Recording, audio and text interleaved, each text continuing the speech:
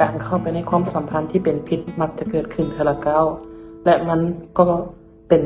การยากที่จะรู้ว่าความสัมพันธ์เป็นพิษจนกว่าท่านจะมีส่วนร่วมกับมันอย่างลึกซึ้งความสัมพันธ์ที่เป็นพิษมักจะเริ่มเบิ่งคือว่าเป็นความสัมพันธ์ที่ดีแต่เมื่อเวลาผ่านไปพฤติกรรมเช่นการอิจฉาการล่อลวงการลวงละเมิดทางอารมณ์ก็ค่อยๆเริ่มขึ้นเรื่องแบบนี้มันค่อยๆเป็นซึ่งนี่เฮ็ดให้มันยากที่จะรับรู้ความสัมพันธ์เริ่มบ่ดีลงตอนใดบางคนเห็นว่าตนเองมีความสัมพันธ์ที่เป็นพิษย้อนพวกเขาเฝ้ามีคู่โดยบ่ได้ใช้เวลาเพื่อรู้จักกับผู้นี้แท้ๆก่อนความคิดตัวนี้สามารถเฮ็ดให้มันง่ายที่จะมองข้ามความแตกต่างที่สำคัญหรือลักษณะที่บ่ดีต่อความสัมพันธ์ที่จะเกิดขึ้นในภายหลังหลายคนอยู่ในความสัมพันธ์ที่นับเป็นพิษย้อนว่าพวกเขาบ่สนใจคำเตือนเหล่านี้สัญญาณเตือนภัยล่วงหน้าเช่นการควบคุม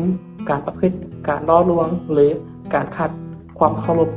สามารถถูกมองข้ามย้อนความยึดมั่นความโดดเดี่ยวหรือความหวังที่ว่าคนนั้นจะเปลี่ยนแปลงท่านอาจจะรู้ล่วงหน้าว่าท่านจะตกเป็นเหยื่อของความสัมพันธ์ที่เป็นพิษหรือท่านอาจจะติดอยู่ในความสัมพันธ์ที่เป็นพิษเป็นเวลาดนนั้นรู้สึกอุกอังเมื่อยล้าท้อและสิ้นหวังบ่ว่าท่านจะอยู่ในสถานการณ์ใดก็ตามจงรู้ไว้ว่านี่บ่จำเป็นต้องเป็นจุดจบของเรื่องราวของท่านมันมีความหวังในพระเยซู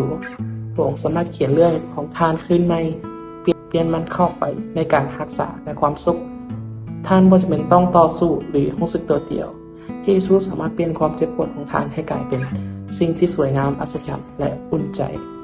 พระองค์เข้าใจความเจ็บปวดความอกหักและความเจ็บใจที่ท่านกำลังเผชิญอยู่